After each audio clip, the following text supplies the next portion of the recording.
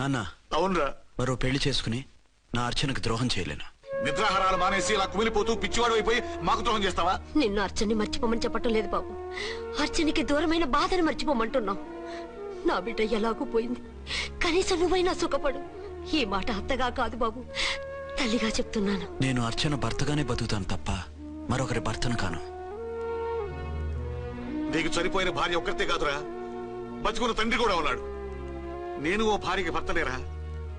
భార్య లేని జీవితం ఎంత నరకమో నాకు తెలుసు. మీ అమ్మను మర్చిపోలేక ఆత్మహత్య చేసుకుందాం అనుకున్నాను. కానీ తల్లి లేని వాడివి, తండ్రి కూడా లేని అనాథగా మిగలకూడదని ఇంకా బతుకున్నాను రా. దాన్ని మర్చిపోలేకే ఈ తాగుడుకు అలవాటు పడ్డాను. నువ్వు నాలా కాకూడదు, ఈ వంశం నీతోనే అంతరించిపోకూడదు.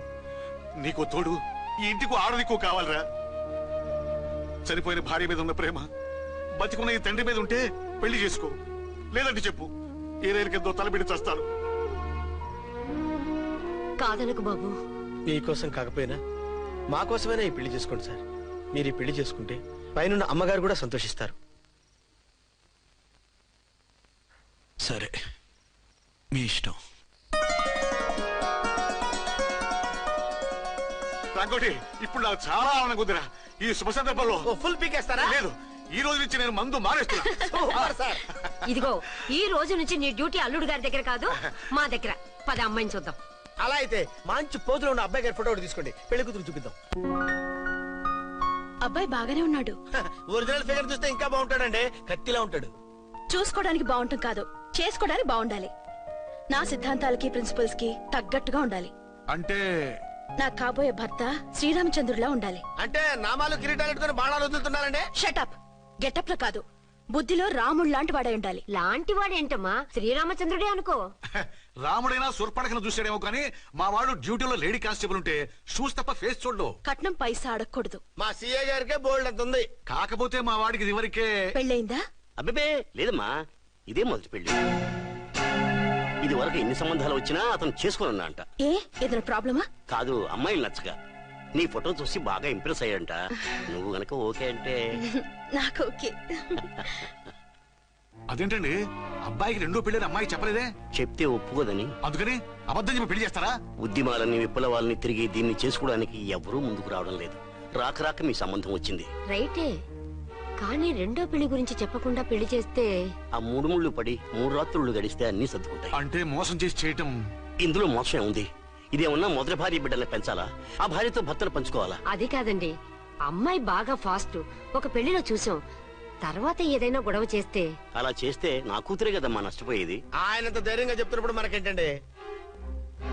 మీరు కాదంటే దానికి ఈ జన్మలో మొగుడు దొరకడు. కాదనకండి. సరే, మీ ఇష్టం. నా ఇష్టం. సరే, అమ్మాయికి అన్ని చెప్పారా? అన్ని అంటే ఒక్క మీ పెళ్లి గురించే కాదు, మన ఫ్యామిలీ బ్యాక్గ్రౌండ్ గురించి కూడా చెప్పేసి. అవునవును. ఏమంది? చాలా బాధపడింది, జాలి పడింది, నిన్నే చేసుకోవాలని ఆశపడింది. నువ్వు కూడా ఊ అన్నావంటే. సరే కాదు. అదేంటండి, అమ్మాయి దగ్గర ఎలాగో నిజం దాచాం, అబ్బాయి దగ్గర దాచడం ఎందుకు? దాయకపోతే వీడు అసలు పెళ్లి వద్దుంటాడయ్యా. తర్వాత అయినా తెలుస్తుంది కదండి. ఆ పిల్లబాబు చెప్పాడుగా, 3 ముళ్ళు పడి 3 రాత్రులు గడిస్తే అన్ని సర్దుకుంటాయని. అదే పని మనవాడు చేస్తాడు. కాముగా పెళ్లి చేసేసి వెంటనే అని మును పంపించేద్దాం. ఇలా కూర్చోండి సార్.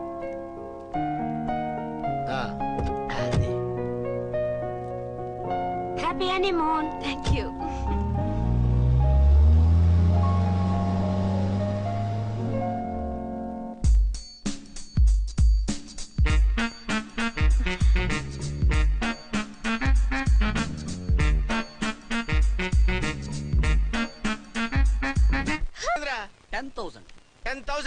అయితే ఓ పని చేయి, ఈ 1000 రూపాయలు ఇచ్చుకుని ఇదే 10,000 అనుకో. 1000 వర్కౌట్ అవుదండి. పోను పని చేయరా, ఈ బిల్డింగ్ రాసిస్తాను. వర్కౌట్ అవుతా? వర్కౌట్ అవుతుంది సార్. సార్ ఏంటి సార్ ఇది, చూడండి. నువ్వు రాంకోటి వాడితో బేరాలంటాయా? ఇది ఒకటి ఇచ్చి పంపించు.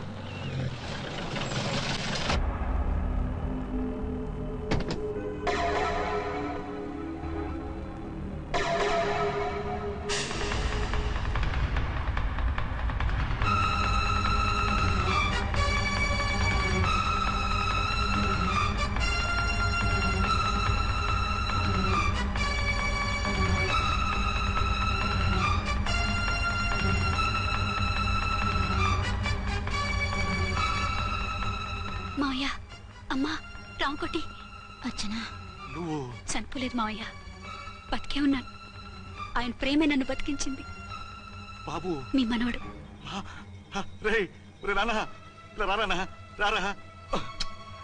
ఎన్నాళ్ళు ఎక్కడున్నావు? మర్చిపోయావా? ఏమైపోయావు? ఆ వివరాలన్నీ తర్వాత చెప్తాను. ఆయనేరి లోపల ఉన్నారా? లేరు మేడం. ఏం ఆఫీస్కి వెళ్ళారా? ఊటీకి వెళ్ళారు. డ్యూటీ మీద వెళ్ళారా? అవునమ్మా, డ్యూటీ మీద వెళ్ళారు. అక్కడ ఏ హోటల్ ఎదిగారు? తాజ్ రెసిడెన్సీ. నువ్వు లోపలికి పోదమ్మా, మాట్లాడుకుందాం. లేదమ్మా, నేను ముందు ఆయన చూడాలి. నేను ఇప్పుడే ఊటీ వెళ్తాను. 2-3 రోజులు వాడు వచ్చేస్తాడు. 2 ఏళ్లు ఆయన చూడకుండా శవంలా బతికాను. ఇక 2 క్షణాలు కూడా ఆయన చూడకుండా ఉండలేను మాయా. అది కాదమ్మా, నా మాట వినమ్మా.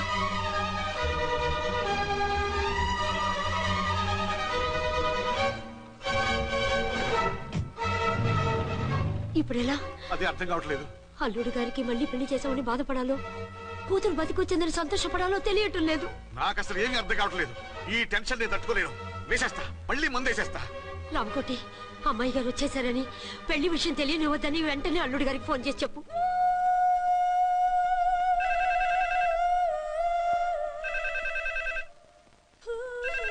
ஹலோ என்னக்குள்ள ஆரம்பம் பேசுறேன். அங்க டன் டீ பொடி அனுப்ப சொல்லியாச்சு. இது வரல என்னாச்சு? రాంగ్ నెంబర్ అయ్యా. ఏంటి ఇప్పటి వరకు యమా ఫాస్ట్ గా ఉన్నావు, సడన్ గా ఎంత సిగ్గు వచ్చేసింది? ఆడది తల వంచి సిగ్గుపడేది పెళ్లిలోను, తను వంచి సిగ్గుపడేది శోభన రోజున. అలాగా. Hello, Send one large whiskey to room number 201. hey, this is not room service. Good evening, sir. May I help you? We are busy. Don't give any phone calls till morning, okay? Okay, sir.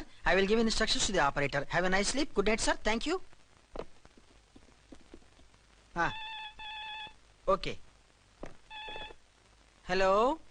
ఎవరు sir? Hyderabad నుంచి విక్రాంత్ గారని వచ్చారు. ఆయన connection ఇవ్వండి. Sorry sir, ఆయన morning దాకా ఎవరికి connections ఇవ్వద్దన్నారు. నా ఫోన్ వస్తుందని ఎక్స్పెక్ట్ చేసి ఉన్నాడు ఆయన. త్వరగా ఇవ్వండి. No sir, we are very sorry. Urgent రా మొగడా, లేకపోతే నీ పేరు చెప్పుకొని కాపురాలు కూలిపోతాయి. కూల్తే కూలాయి, మా హోటల్ కి మాత్రం బ్యాడ్ టాక్ రాకూడదు. Bye. Hello hello hello hello. అయిపోయింది. ఇప్పుడు ఈ 3వ ప్రపంచ యుద్ధాన్ని ఆపేదిలాగా? ఫ్లైట్ లో వెళ్ళిపోతే కరెక్ట్. ఇదిగో మొత్తం సిగ్గంతా అప్పుడే ఖర్చు పెట్టేకు, ఇంకా 2 రాత్రులు పడాలి. లైట్ ఓకే, వెలుగు పడుతోంది. ఆ కర్టన్ కూడా క్లోజ్ చేయండి.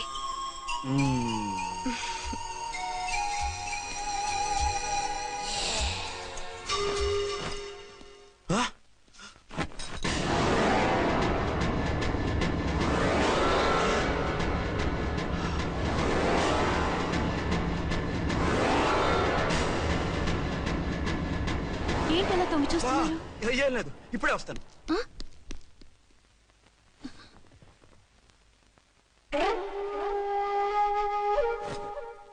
Excuse me. Yes. Will you please tell me the room number of Mr. Vikrant? Just a moment.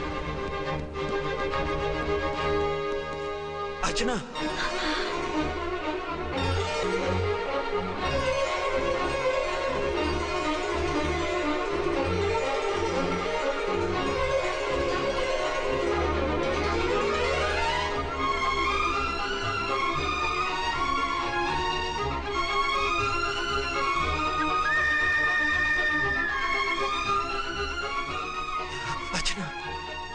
నువ్వు? నేనేనండి, మీ అర్చన్ని.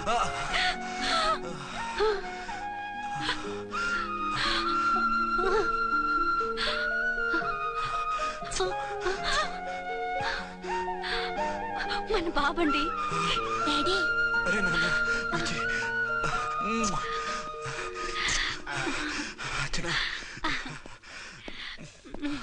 Excuse me, excuse me, excuse me, excuse me. ఇక్కడ బహిరంగ ముద్దుల నిషేధం, పక్క వాళ్ళకి ఇబ్బంది కదా, కొంచెం కంట్రోల్లో ఉండండి. Thank you, bye. రూమ్ కి వెళ్తాం పదండి. అటొద్దు, ఏ? అక్కడ ఎవరో ఉన్నారు. ఎవరు? తర్వాత చెప్తాను. నేను ఇంకో రూమ్ తీసుకొస్తాను. మిమ్మల్ని ఎప్పుడెప్పుడు చూస్తానా, అసలు చూడగలనా అని భయపడిపోయాను. అసలు ఇన్నాళ్ళు ఎక్కడున్నావు, ఏమైపోయావు? ఆ రోజు మినిస్టర్ తమ్ముడిని తీసుకుని కోర్టుకెళ్తుంటే వాళ్ళ మనుషులు అటాక్ చేసి నన్ను బాబుని కిడ్నాప్ చేసి వ్యాన్ ని పేల్చేశారు. దేనికి? సాక్ష్యాధారాలు లేకపోతే కేసు కొట్టేస్తారని. ఏదైనా గొడవైతే నన్ను అడ్డం పెట్టుకుని తప్పించుకుందామని. అంటే ఈ 2 ఏళ్ళు నన్ను బాబుని వాళ్ళ దగ్గరే బంధించుంచారు. మొన్న కోర్టులో ఆ కేసు కొట్టేశాక మమ్మల్ని వదిలిపెట్టేశారు. వాళ్ళు ఇప్పుడు ఎక్కడున్నారు? దేశం విడిచిపెట్టి పారిపోయారు. మీరెలా ఉన్నారు? నువ్వు లేకపోతే ఎలా ఉంటానో నీకు తెలీదా? కాకపోతే నువ్వు చనిపోయావు అనుకుని. హలో, నేనండి ఝాన్సీని. ఎక్కడున్నారు? ఇక్కడే పక్కనే ఉన్నాను. ఫస్ట్ నైట్ నా పక్కన ఉండకుండా ఆ పక్కన ఎక్కడ ఉన్నానంటారంటండి. త్వరగా రండి. అలాగే వస్తాను. ఎవరండి? మళ్ళీ వచ్చి వివరంగా చెప్తాను. ఉండు, వెంటనే వచ్చేస్తా.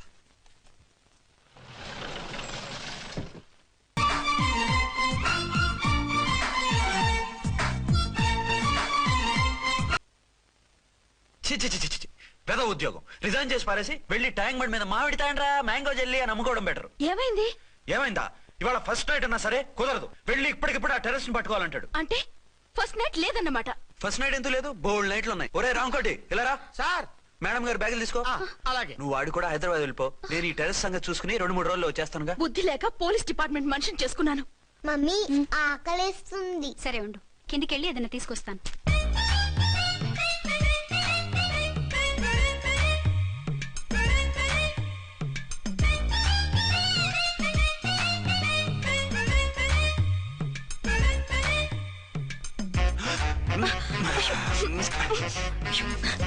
సరే సరే చాలే వదిలే. అరే కమాన్ యార్. ఏయ్ ఏయ్ రే.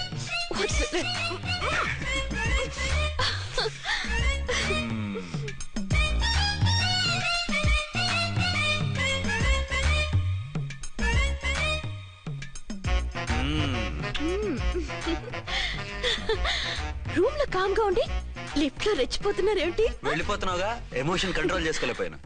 అయితే ఉండిపోనా? అమ్మా వద్దు, వెళ్ళిపో. Hello hello.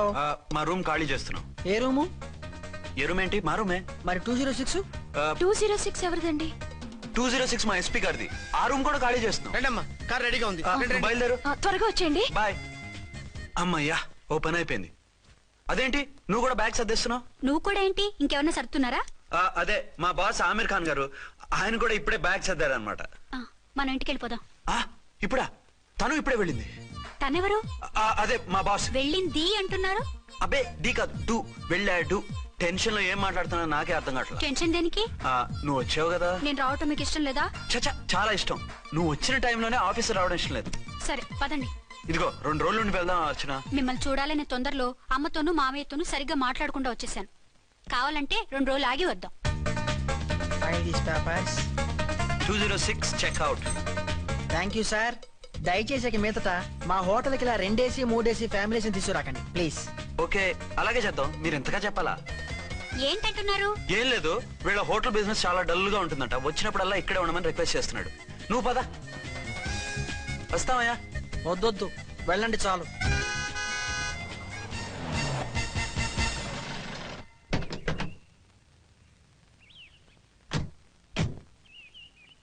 ఏంటలా సీరియస్ గా ఉన్నారు?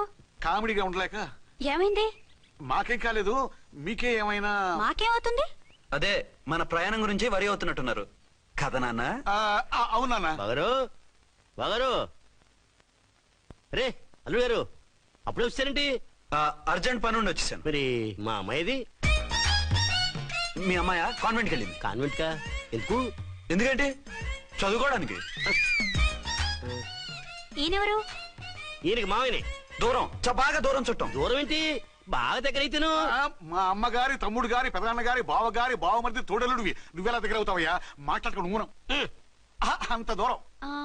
మీరు చెప్పిన వరుస అయితే ఈయనకి మామయ్య ఎలా అవుతారు? పెదనాన్న అవుతారు కదా. అబ్బే మామయ్య నేను. మధ్యలో వరుస ఎక్కడో వరుస తప్పి రిలేషన్ రివర్స్ అయింది. నాకు తెలిసి ఎప్పుడు మన ఇంటికి రాలేదు ఈయన. అది మీరు వెళ్ళిన తర్వాత ఒక బలమైన సిచ్యువేషన్ లో రిలేషన్షిప్ కలుపుకున్నారులేమ్మా. బేబీ ప్రయాణంలో అలసిపోయి